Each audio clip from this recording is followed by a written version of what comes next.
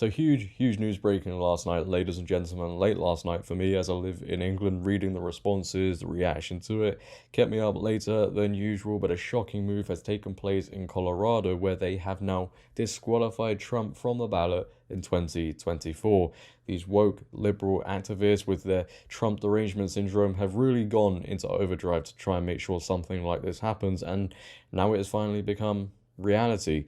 And is it a coincidence that as soon as Trump starts to lead in the polls, something like this comes about? Who knows? But obviously, Jan 6th is being used as the reason as to why they can go ahead and do this. Now, before we discuss this, get into an article. If you could, make sure to leave a like rating, as it really helps out the video. If you're new, hit that subscribe button, turn on bell notifications, comment on this video, share this video, and let's get into it. Sky News report: Donald Trump ineligible for the US presidency under Constitution's insurrection clause, Colorado Supreme Court rules. The ruling comes as the former US leader prepares to run for the presidency in 2024. Trump is accused of inciting riots at the US Capitol building in an effort to overturn the result after he lost the US election in 2020. The ruling in Colorado sets up a likely showdown in the US Supreme Court, which has the final say on constitutional matters, to decide whether the former frontrunner for the Republican nomination can remain in the race for the White House. The Trump campaign has already said it will appeal to the US Supreme Court. Yeah, I think the most likely scenario is when it is eventually taken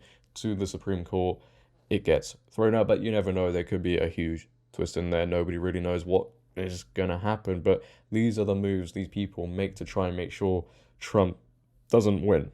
You know, and I don't think you do this unless you're insecure and you're actually worried. You know, it's finally clicked within them that, yeah, you know, Trump has a huge chance of winning this thing. Again, you wouldn't go ahead and do this otherwise. The Colorado Supreme Court issued a completely flawed decision tonight, and we will swiftly file an appeal to the United States Supreme Court and a concurrent request for a stay of this deeply undemocratic decision, Trump campaign spokesperson Stephen Chung said in a statement Tuesday night. What does this mean for Trump? The Colorado Supreme Court, whose justices were all appointed by Democratic governors, has now removed Trump from the state's presidential primary ballot. It means, as it stands, voters in Colorado wouldn't be able to choose Trump in the presidential election next year, but the ruling does not prevent him from running across the rest of the US. Colorado officials say the issue must be settled by January 5th, a deadline for the state to print its presidential primary ballot. A majority of the court holds that Trump is disqualified from holding the office of president under Section 3 of the 14th Amendment, the court wrote in its 4-3 decision. It marks the first time in history that Section 3 of the 14th Amendment has been used to disqualify a presidential candidate. No coincidence there. Dozens of lawsuits have been filed nationally to disqualify Trump under Section 3, which was designed to keep former Confederates from returning to government after the Civil War. It bars from office anyone who swore an oath to support the Constitution and then engaged in insurrection or rebellion against it, and has been used only a handful of times since the decade after the Civil War. Yeah, but this is just completely different.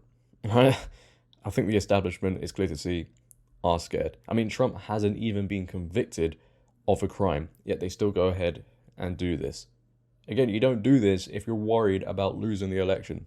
You know, and what they don't realize is every move they pull to try and stop Trump, it only increases his support. And if this gets thrown out by the Supreme Court, what's his support going to look like then? I mean, it's only rallied people more now.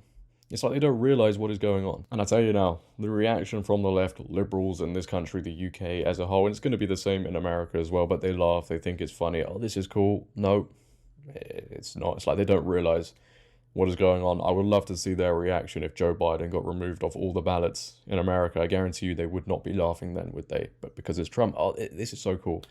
They're deluded. They really are. And I guess this could, who knows, in the future, inspire other states to attempt again to do the same. You know, remove Trump off their ballots. And that is a scary thought as well. You know, everybody always talks about other countries and it's not a democracy over there. Well, here we are. Yeah, but anyway, let's just check out this CNN clip of them discussing it all. Take a watch. Well, Wolf, this is a historic decision. It's a momentous decision. As the Supreme Court itself says, they are in uncharted territory here, but it's really important to keep in mind, this is not the last word here. This is almost certainly going up to the U.S. Supreme Court, which can review the decisions of a state Supreme Court. In fact, the Colorado Supreme Court anticipates that possibility, and for that reason, they put their own ruling on hold until January 4th, anticipating that it will go up to the Supreme Court. The practical consequence as it stands at this moment, though, is that Donald Trump will not be on the Colorado ballot in the race for president in 2024. The Supreme Court almost certainly will take this up. It's also important to keep in mind for the broader context. There have been dozens of these challenges filed across the country, and 18 or so of them have either failed, been rejected, or been withdrawn by the plaintiff. So this is really an outlier. The Supreme Court is going to have the final say. The consequences here are, of course, enormous. Norm Eisen, are you surprised by this decision? Well, Wolf, the law and the politics have collided. And in this instance, law has won. There's a logic to the decision. The 14th Amendment provides that insurrectionists may not hold office. The lower court found that Donald Trump had engaged in insurrectionist activity. That's consonant with what the January 6th committee found. Yeah, it's going to be a very busy time for the US Supreme Court, isn't it? But a couple of the presidential candidates have also come out and condemned this. We've had Chris Christie come out and say it's wrong. That's when you know you effed up. And obviously Vivek Ramaswamy, he's come out and condemned it. And he's gone as far to say that if Trump's name isn't back on the ballot, he will be removing his from the GOP primary ballot as well. Take a watch. They have just tried to bar President Trump from the Colorado ballot using an unconstitutional maneuver that is a bastardization of the 14th Amendment to our U.S. Constitution. This was a provision, Section 3, that was designed to bar Confederate members, people who switched to the Confederacy, from actually being able to serve. That's very different than what's at issue here, to say the least. This is a hollowed out husk of what the country was built on. The basic principle that we, the people, select our leadership, not the unelected elite class in the back of palace halls. That's old world Europe, not the United States. That's why I'm making a pledge today that I will withdraw, I pledge to withdraw from the Colorado GOP primary ballot unless and until Trump's name is restored. And I demand that Ron DeSantis and Chris Christie and Nikki Haley do the same thing, or else these Republicans are simply complicit in this unconstitutional attack on the way we conduct our constitutional republic. I refuse to be complicit in that. I think what they're doing is wrong, and I think it's up to Republicans to step up and stand up with a spine for our country's future. That's really what's at stake, whether we, the people, actually have a say in deciding who leads this country. Yes, it would be easier for other Republicans like me who are running in this race to say, hey, if Trump is sidelined, there's our opportunity. No doubt other candidates are probably privately celebrating with their corporate sponsors. That's not the right thing to do. I think the most useful thing that every GOP candidate can do right now is to join me in that pledge. I'll say that I will withdraw from that Colorado GOP primary ballot until Trump's name is restored. This belongs to the people, not to the unelected Democratic cabal of judges in Colorado or any other state.